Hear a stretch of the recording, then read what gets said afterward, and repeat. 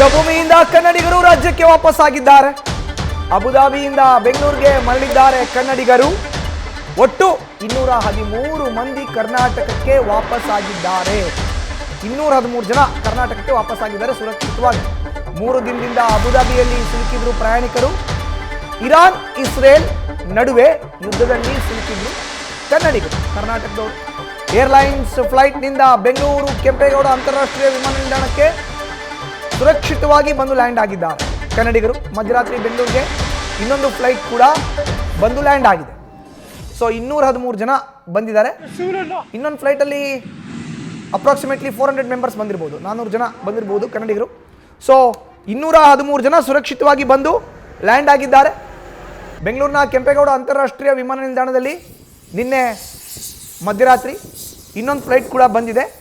ಅದರಲ್ಲಿ ಅಂದಾಜು 400 ಮಂದಿ ಬಂದಿದ್ದಾರೆ ಅನ್ನೋ ಮಾಹಿತಿ ಸಿಗ್ತಾ ಇದೆ. ಅಂದರೆ ಒಟ್ಟು 2 ಫ್ಲೈಟ್. ಮೊದಲನೇ ಫ್ಲೈಟಲ್ಲಿ 213 ಮಂದಿ. ಕಳೆದ 3 ದಿನದಿಂದ ಇವರು ಸಿಲುಕೊಂಡಿದ್ರು. ಇಸ್ರೇಲ್ ಇರಾನ್ ನಡುವೆ ಏನು ಯುದ್ಧ ಆಗ್ತಾ ಇದೆ, ಆ ಯುದ್ಧದ ಒಂದು ಭೂಮಿಯಲ್ಲಿ ಅಲ್ಲಿಂದ ಈ ಕಡೆ ಭಾರತ ದೇಶ ಕರ್ನಾಟಕಕ್ಕೆ ಕನ್ನಡಿಗರು ಬರಲಿಕ್ಕೆ ಆಗಲಿಲ್ಲ.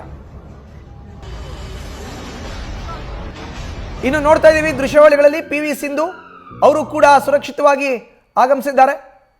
ಬೆಂಗಳೂರಿನ ಕೆಂಪೇಗೌಡ ಅಂತಾರಾಷ್ಟ್ರೀಯ ವಿಮಾನ ನಿಲ್ದಾಣಕ್ಕೆ ಬಂದಿಳಿದಿದ್ದಾರೆ. PV ಸಿಂಧು ಅವರು ಕೂಡ ಈಗ ಬೆಂಗಳೂರಿಗೆ ಬಂದಿದ್ದಾರೆ. 3 ದಿನದಿಂದ ಅಬುದಾಬಿಯಲ್ಲಿ ಸಿಲುಕಿದ್ರು ಇವರೆಲ್ಲರೂ ಕೂಡ. ಅಬುದಾಬಿಯಲ್ಲಿ ಸಿಲುಕಿ ಅಲ್ಲಿಂದ ಹೇಗಪ್ಪ ಬರೋದು ಭಾರತಕ್ಕೆ, ಅದರಲ್ಲೂ ಕರ್ನಾಟಕಕ್ಕೆ ಸೇರಿದ್ರೆ ಸಾಕು ಅನ್ನೋ ಒಂದು ನಿರೀಕ್ಷೆಯಲ್ಲಿ ಇದ್ರು. ಇವರೆಲ್ಲ ಕೂಡ ನಿನ್ನೆ ಮಧ್ಯರಾತ್ರಿ ಬೆಂಗಳೂರಿಗೆ ಆಗಮಿಸಿದ್ದಾರೆ. PV ಸಿಂಧು ಅವರು ಆಗಮಿಸ್ತಾ ಇರುವಂಥದ್ದು ನೋಡ್ತಾ ಇದ್ದೀವಿ. 2ನೇ ವಿಂಡೋದಲ್ಲಿ ಬೆಂಗಳೂರಿಗೆ ಮರಳಿದ್ದಾರೆ ಕನ್ನಡಿಗರು.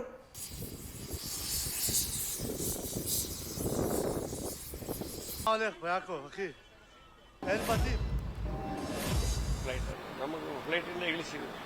ಫ್ಲೈಟಿಂದ ಇಳಿಸಿದ್ರೆ within half an hour all flights ಏನು ಒಂದು 250 ಫ್ಲೈಟ್ ಒಟ್ಟಿಗೆ ಕ್ಯಾನ್ಸಲ್ ಮಾಡಿ ಮೆಶ್ ಆಯಿತು. ಇಡೀ ಏರ್ಪೋರ್ಟಲ್ಲಿ 1 ಇಂಚು ಜಾಗ ಇಲ್ಲ, ಒಬ್ಬರು ನಿಲ್ಲೋದಕ್ಕೆ ಜಾಗ ಇಲ್ಲ, ಆ ಥರ ಪರಿಸ್ಥಿತಿ ಬಂತು.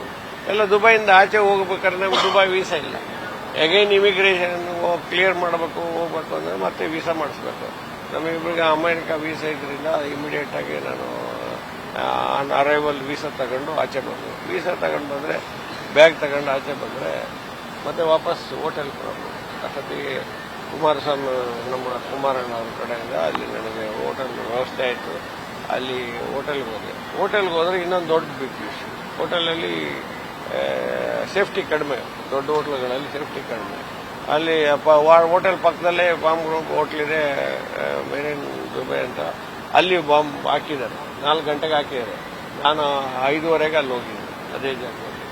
ಆಮೇಲೆ ವಾಪಸ್ ಹೋಟ್ಲಲ್ಲಿ 1:30 ಗಂಟೆ ರಾತ್ರಿಗೆ ಅಲಾರಾಮ್ ಬಂದಮೇಲೆ ನಮಗೆ ಎಲ್ಲ ಆಚೆ ಬಂತು. ಎಲ್ಲ ಫಾರಿನರ್ಸ್ ತುಂಬ ಇದ್ರು, ಇಂಡಿಯನ್ಸು ಇದ್ರು. ಆಚೆ ಬಂದಮೇಲೆ ನೀವು ಎಲ್ಲ ಕೆಳಗಡೆ ಕಾರ್ ಪಾರ್ಕಿಂಗಲ್ಲಿ ನಮಗೆ ಎಲ್ಲ 1-1:30-2 ಗಂಟೆ. ನ್ಯೂಸ್ ಫಸ್ಟ್ ನಿರ್ಭೀತಿಯಿಂದ ನಿಮ್ಮ ಪರವಾಗಿ.